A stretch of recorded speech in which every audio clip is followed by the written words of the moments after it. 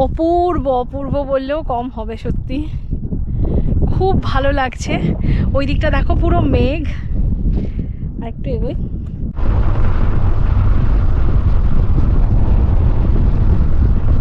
এটা আমাদের cable car and this is the view. নিচে আবার একটা ছোট টাউন দেখতে পাচ্ছি।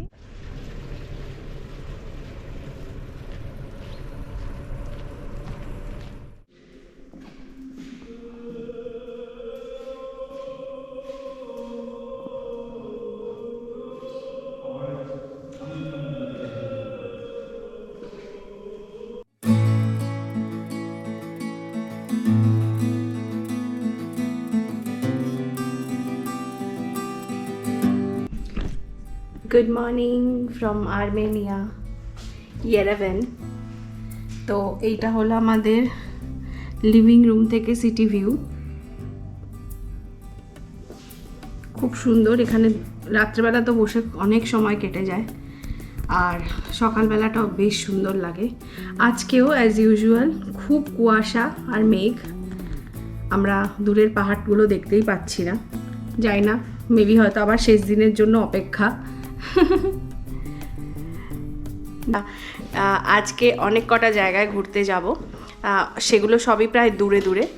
তার মধ্যে একটা জায়গায় রোপওয়ে এক্সপিরিয়েন্সও আছে, সেটা একটা বেশ ইন্টারেস্টিং এক্সপিরিয়েন্স। যখন যাব তোমাদের সাথে শেয়ার করব, তাই স্টে টিউনড উইথ মি আর সবাই দেখতে থাকো। আর্মেনিয়ায় আজ তৃতীয় দিনে আমাদের প্রথম গন্তব্য হলো খোরভিরাপ মনাস্ট্রি। সকালের ইয়ারাভান শহরের কুয়াশাচ্ছন্ন রূপ দেখতে দেখতে আমরা এগিয়ে চলেছি সেই মনাস্ট্রির দিকে। রাজধানী ইয়ারাভেন থেকে খোরভিরাপের ডিস্টেন্স মোটামুটি 45 কিলোমিটার মতন। পৌঁছতে লেগেছিল সকালের লো ট্রাফিকে মাত্র 1 ঘন্টা। এই খোরভিরাপ মনাস্ট্রির ইতিহাস প্রায় 1700 বছর পুরনো।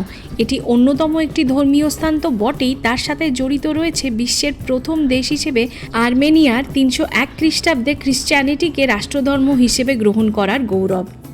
আমরা আজকে সকাল সকাল বেরিয়ে পড়েছি। সকাল মানে একদম সকাল বেরিয়েছি, আজকে প্রায় 8টায় বেরিয়ে গেছি। আজকে আমাদের অনেকগুলো জায়গায় যাবার আছে এবং তার মধ্যে একটা জায়গার ডিস্টেন্স বেশ বেশি, তো সেই কারণে সকালে বেরিয়েছি।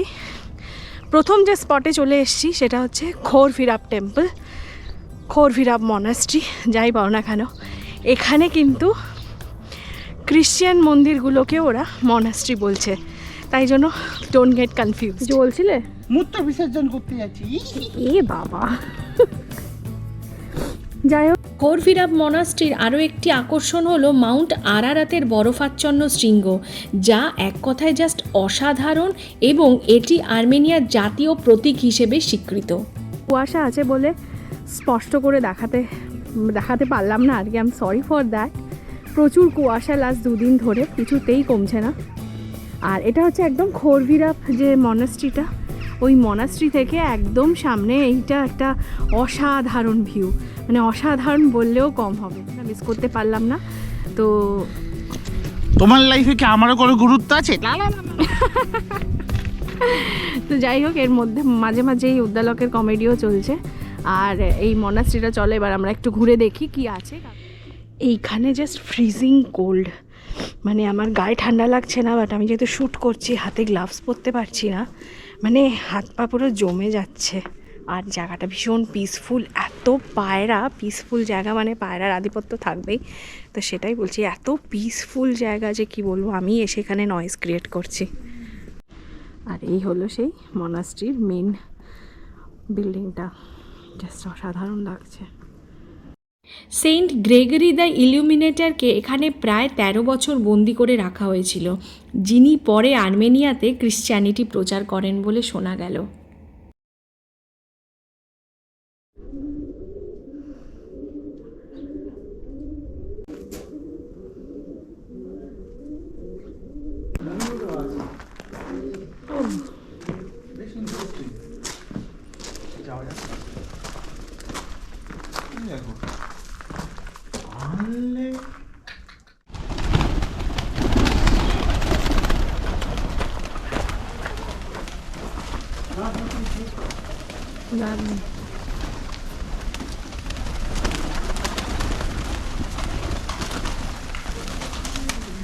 মজার ব্যাপার হচ্ছে এখানে বিষ জানিয়ে পায়রা ওড়াবার জন্য ব্যবস্থা আছে।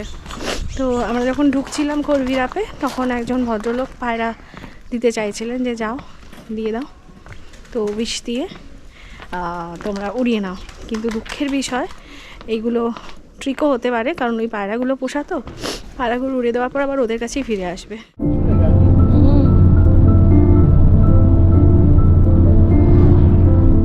খোরভিরাপ মনাস্ট্রি থেকে বেরিয়ে আমরা এবার চলেছি তাতেব মনাস্ট্রির দিকে।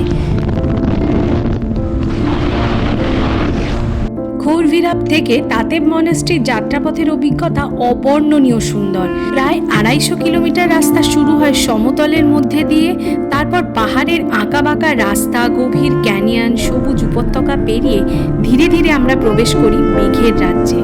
মেঘ কাটতেই সামনে এলো বরফাবৃত এক স্বর্গরাজ্য। আমরা এখন যাচ্ছি এমন একটা রাস্তার উপর দিয়ে যেটা দুদিকে স্নো, মানে গতকাল রাত্রেও স্নোফল হয়েছে। মানে এত সুন্দর অনুভূতি, জাস্ট এক্সপ্লেন করা যাবে না।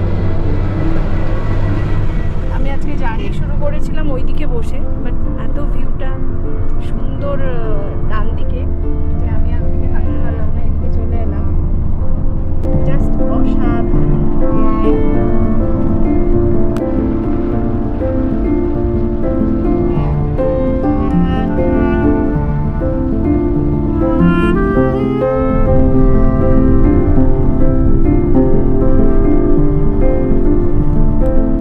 অর্ধেকের বেশি রাস্তা পেরোবার পরে আমরা একটুখানি স্টপ করেছিলাম, গাড়িতে পেট্রোলও ভরাচ্ছিল আর আমরাও একটা ছোট ব্রেক নিলাম। আর এখানে পেট্রোল ভরাতে হলে গাড়ির মধ্যে থাকা যায় না, গাড়ি থেকে নেমে দাঁড়াতে হয়। এই রোড ট্রিপটা এতটাই এনজয় করেছি যে কি বলবো। যেমন প্রাকৃতিক সৌন্দর্য তেমনি সুন্দর রাস্তাঘাটও আমাদের ড্রাইভার দাদার দারুণ ড্রাইভিং স্কিল, সব মিলিয়ে রোড ট্রিপটা ক্রমশ ইন্টারেস্টিং হয়ে চলেছে। পাহাড়ি ডগগুলো এত কিউট যে কি বলবো, যেখানে যাচ্ছি সেখানেই একটা করে পেয়ে যাচ্ছি আমরা। ফাইনালি আমরা তাতেব মনাস্ট্রিতে পৌঁছে গেছি। আর এই তাতেব মনাস্ট্রি পৌঁছতে গেলে নিতে হবে একটি কেবল কার। আর এই কেবল কারটি হলো ওয়ার্ল্ডের সবথেকে লংগেস্ট রিভার্সেবল কেবল কার, যেটা কিনা গিনেস বুক অফ ওয়ার্ল্ড রেকর্ডেও নাম রয়েছে। তো চলো আমরা তাতেবকে এক্সপ্লোর করতে শুরু করি। আমাদের আইটেনারিতে ছিল না, বাট আমরা অনেক কনভিন্স করে এটাকে অ্যাড করেছি, তাই সেটা আজকে দেখতে এসে গেছি। আসার পথে ভিউটা তো জাস্ট অসাম ছিল, তোমাদের সাথে তো অলরেডি শেয়ার করেছি। আর এই এক্সপিরিয়েন্সটাও ডেফিনেটলি শেয়ার করবো। এখানে প্রচণ্ড ফ্রিজিং কোল্ড, আর দেখো ফল ট্রি, তো ভীষণ ভীষণ একটা সুন্দর এক্সপিরিয়েন্স হতে চলেছে। আর ওই দেখো স্নো ক্যাপ মাউন্টেন সামনে। দারুণ দারুণ, আর্মেনিয়া ট্রিপটা দারুণ উপভোগ করছি, ভীষণ সুন্দর উপভোগ করছি, মানে ভাষাহীনভাবে আমরা উপভোগ করছি, সত্যি কথা। তো চলো আমরা কেবল কারের টিকিট কাটবো। কেবল কারের টিকিটটা বেশ এক্সপেন্সিভ, কিন্তু তাতে কি হয়েছে, গিনেস বুক অফ ওয়ার্ল্ড রেকর্ডে আছে বলে কথা, এই অ্যাক্টিভিটিটা তো করতেই হবে। তো চলো দেখতে থাকো এই অ্যাক্টিভিটিটা আমরা কিভাবে এনজয় করছি। আর এই যে রোপওয়ের যে স্টেশনটা, এই রোপওয়ের স্টেশন হচ্ছে এইটা, আর এখানে আমরা টিকিটটা কাটতে যাব। সমস্ত ডিটেলস থাকবে ক্যাপশনে, আর এক্সপিরিয়েন্সটা থাকবে এর পরবর্তী ক্লিপিংসগুলোতে। যে আমরা স্টেশনের কাছে পৌঁছে গেছি, আর এখানে যে টিকিট কালেক্ট করার জায়গা। প্রচণ্ড ঠান্ডা, আমি দুটো সোয়েটার, একটা বডিকন আছে, তার উপরে আবার কোটটা চাপিয়েছি, নাহলে এই ঠান্ডা সার্ভাইভ করা যাবে না। উইংস অফ তাতেব হলো ওয়ার্ল্ডের লংগেস্ট রিভার্সেবল কেবল কার এক্সপিরিয়েন্স, যা প্রায় 5.7 কিলোমিটার দীর্ঘ। আর এই রোপওয়ে 11 থেকে 12 মিনিটের মধ্যে আমাদেরকে এক প্রান্ত থেকে অপর প্রান্তে নিয়ে যাবে। এক্সপিরিয়েন্সটা কিন্তু ভীষণ এক্সাইটিং। আর এই হলো সেই কেবল কার স্টেশন। এটা আমাদের cable car, and this is the view. নিচে আবার একটা ছোট টাউন দেখতে পাচ্ছি, অসাধারণ। ওই রুটটা দিয়ে আমরা যাব।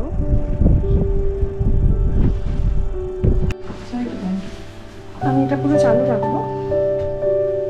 এটা হচ্ছে আমাদের কেবল কার। আমরা চলতে শুরু করেছি। আছি।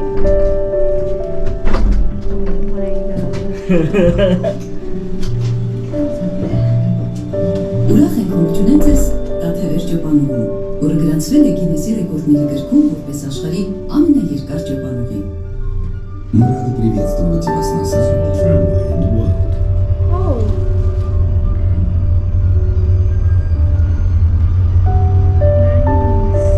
গাড়ি যাচ্ছে।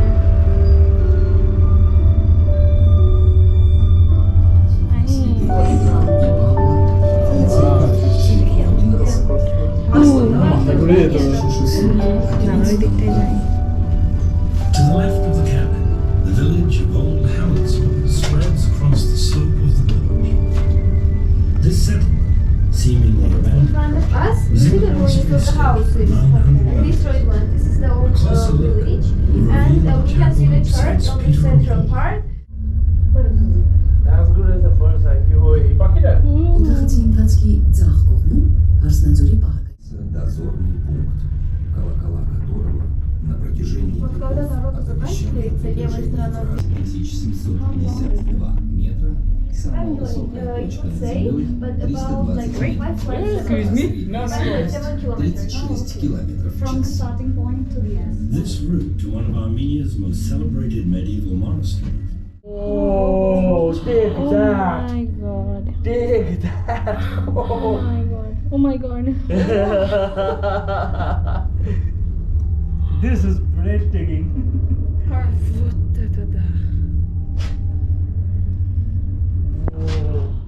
প্রায় 5.5 কিলোমিটার রাস্তার শেষ প্রান্তে দেখা পেলাম তাতেব মনাস্ট্রি দূর থেকে। এই অ্যারোটা দিয়ে দেখলে বুঝতে পারবে।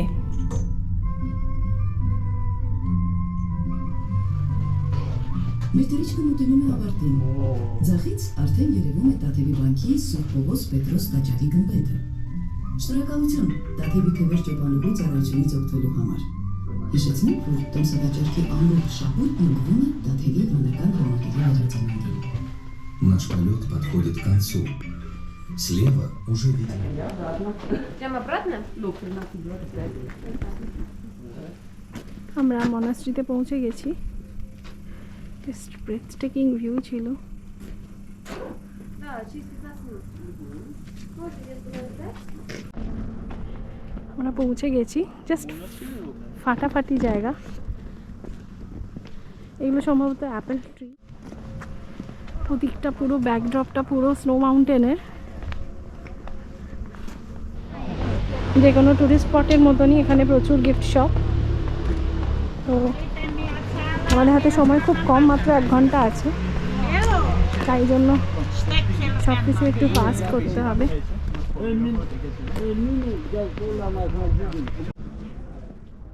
টিকিটটা আছে তো? হ্যাঁ হ্যাঁ।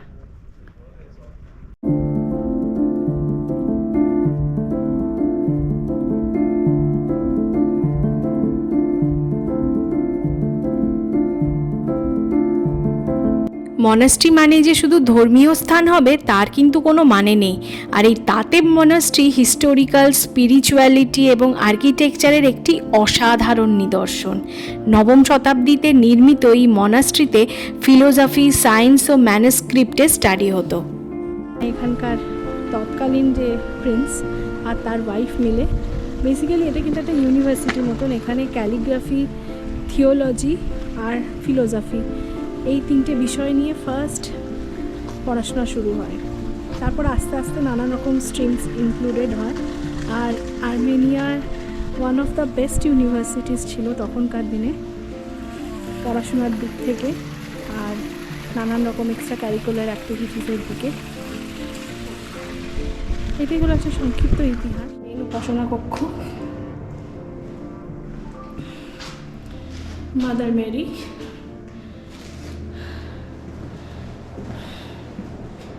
শোধিত জল,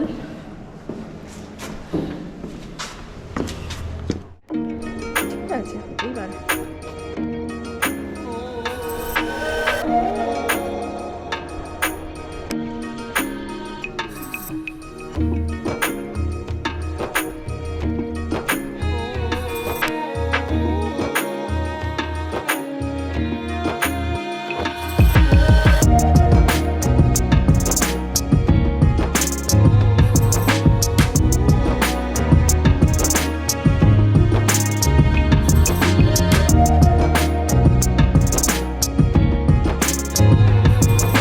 তাতেভ মনাস্ট্রি কমপ্লেক্সে অনেকগুলো কক্ষ ছিল, তো আমরা অনেকটা কিন্তু এক্সপ্লোর করেছি এখানে। সব ভিডিও দেখাতে গেলে ভিডিওটা প্রচুর বড় হচ্ছিল, তো সেই জন্য আমি বেশ ইন্টারেস্টিং জায়গাগুলোই তোমাদের সাথে শেয়ার করছি। তো আমরা তাতেভ মনাস্ট্রিকে ছাড়িয়ে অনেকটা পিছনের দিকে একটু হাঁটতে শুরু করলাম। এখানে কিছু কক্ষ খুব অন্ধকার ছিল, আর তারপরে গেলাম এমন একটা জায়গায় যেখান থেকে পেলাম একটা ব্রেথ টেকিং ভিউ। তো চলো সেটা তোমাদের সাথে শেয়ার করি। এখানে উদ্দালক ডাকলো, দেখি। ও ওয়াও,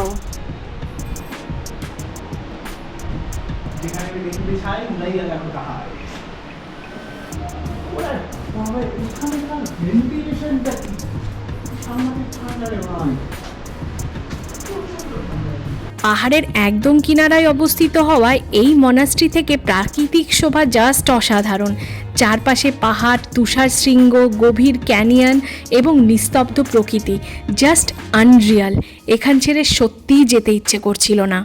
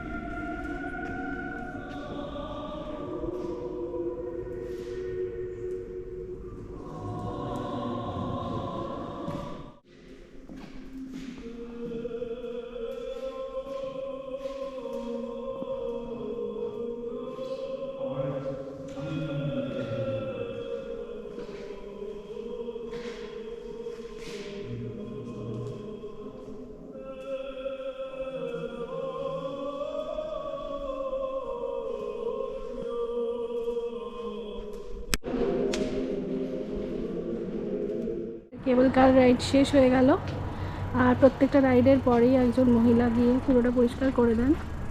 আর এইটাই আরেকবার ভিউ। আমরা ওই দিকেই গেছিলাম প্রায় 5.5 কিলোমিটার বাই কেবল কার, আর ভিউটা জাস্ট দেখে নাও, অসাধারণ।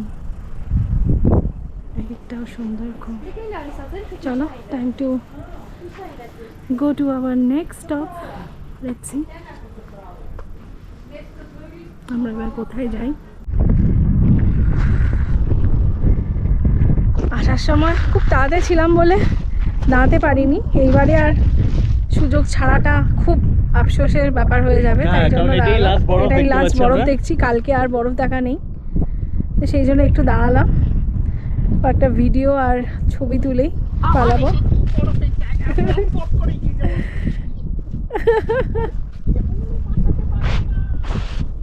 ও মাই গড, উদ্দালককে দেখে আমি একটু সাহস পেলাম।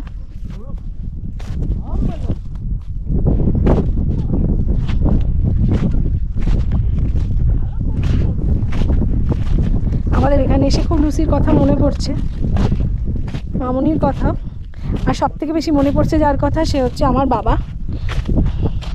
আমার বাবা ভীষণ ঘুরতে ভালোবাসে, নতুন নতুন জায়গা, আর সত্যি খুব মনে পড়ছে বাবার কথা।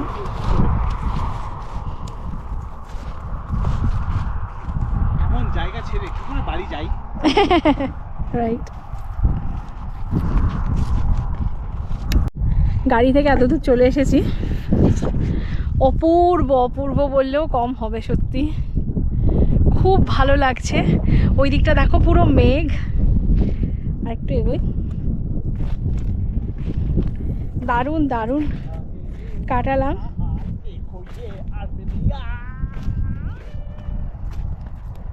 বাবাই পিছল আছে,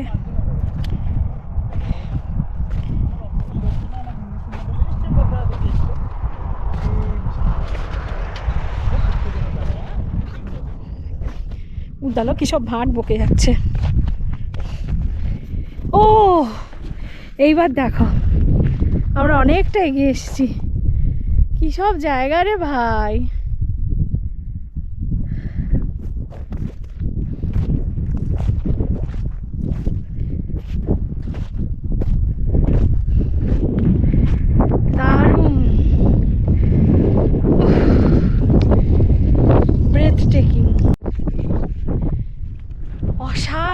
জাস্ট আমরা তাতেফ থেকে বেরিয়ে ঠিকই করেছিলাম যে একটা বরফের স্পট পেলে একটু দাঁড়িয়ে একটু ভিডিও টিডিও নেব।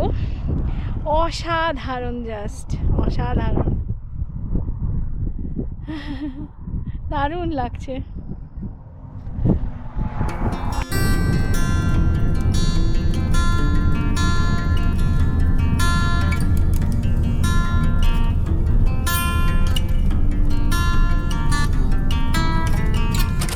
মনাস্ট্রি থেকে বেরিয়ে আমরা এখানে ঢুকেছি আরএনই ওয়াইনারি, একটা মিউজিয়াম বলো বা একটা স্টোর বলো, যাই হোক।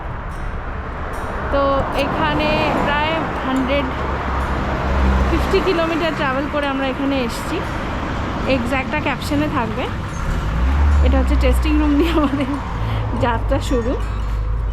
তো চলো দেখি ভেতরে কি আছে। এটার entry free. Men c'è un ristorante smanello di bere.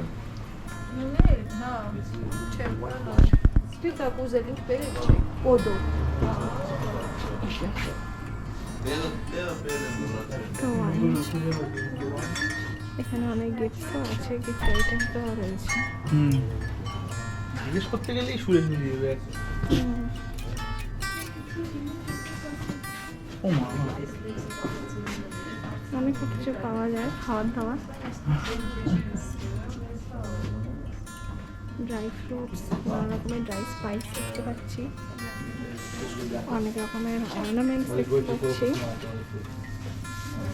ব্রোচ, earring, beautiful. Wait a minute.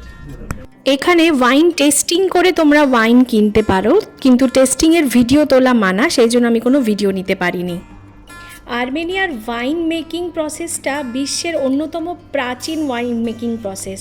তো এটা দেখবার মতন একটা মানে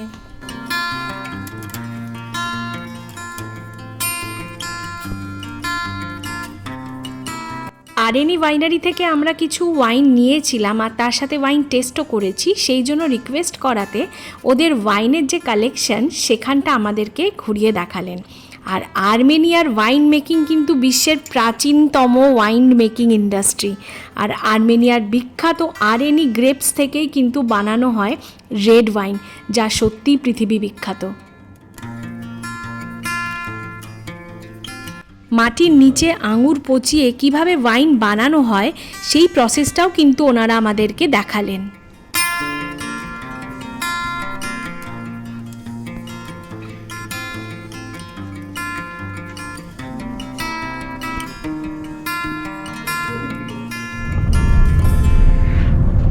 সূর্যটা ডুবে যাচ্ছে, দুর্দান্ত লাগছে। একটা মেঘের আস্তরণের ওপরে আমি মোবাইলটা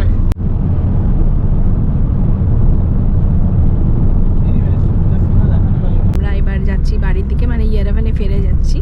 তো ওখানে গিয়ে আমরা কোনোভাবে আমাদের প্রচুর লাগেজ ছিল আজকে, বিকজ আজকে জার্নিটা যেহেতু অনেকটা ছিল, আমরা মানে সোয়েটার টুয়েটার সাথে এনেছিলাম। তো সেগুলো সমস্ত বাড়িতে রেখে দিয়ে আমরা আবার হাঁটতে বেরোবো, বিকজ সন্ধেবেলার হাঁটাটা এখানে ভীষণ ভীষণ একটা উপভোগ্য হাঁটা, আর যেটা আমরা দুবাইতে কোনো দিনই পাই না। তো সেই জন্য এখানে আমরা একটু হাঁটাহাঁটি করে তারপরে আবার বেরোবো। কোথায় খাবো রাত্রেবেলা সেগুলো সমস্ত তোমাদের সাথে শেয়ার করব। তো চলো দেখতে থাকো ওয়াইন ফ্যাক্টরির পুরো ভিডিওটা দেখে, তারপরে আমরা রাত্রেবেলা আর কি করছি সন্ধ্যেবেলা সেগুলো তোমাদের সাথে শেয়ার করব। সকালে খোরভিরাপে যে পিকগুলো আমরা দেখতে পাইনি, সেই দুটো পিক হলো এইটা। এখন খুব ভালোভাবে দেখা যাচ্ছে, কিন্তু স্নোটা বোঝা যাচ্ছে না যেহেতু সানসেট হয়ে গেছে।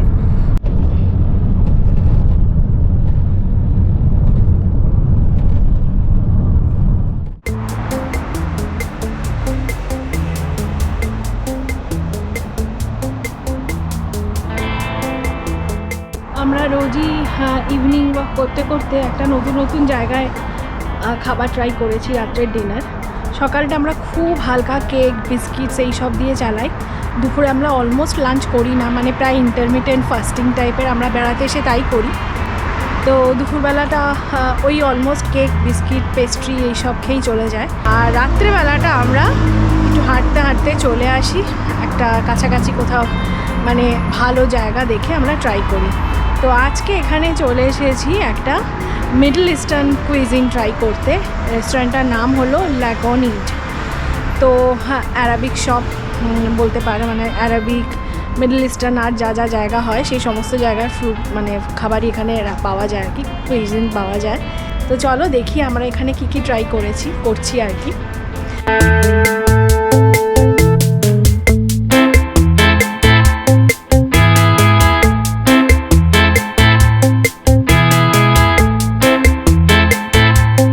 রেস্টুরেন্টে ঢুকে জানতে পারলাম যে এখানে কিন্তু ভিডিও শ্যুট করা মানা ছিল। তো সেই জন্য আমরা রেস্টুরেন্টের ভিডিও নিলাম না, শুধুমাত্র ফুড ক্লিপিংসের ভিডিও নিয়েছি। আমরা দুজনে দু ধরনের মিটের উপর ট্রাই করেছিলাম মিডল ইস্টার্ন স্টেক। এক কথায় দুর্ধর্ষ খেতে ছিল, একদম অন্য রকম স্বাদের।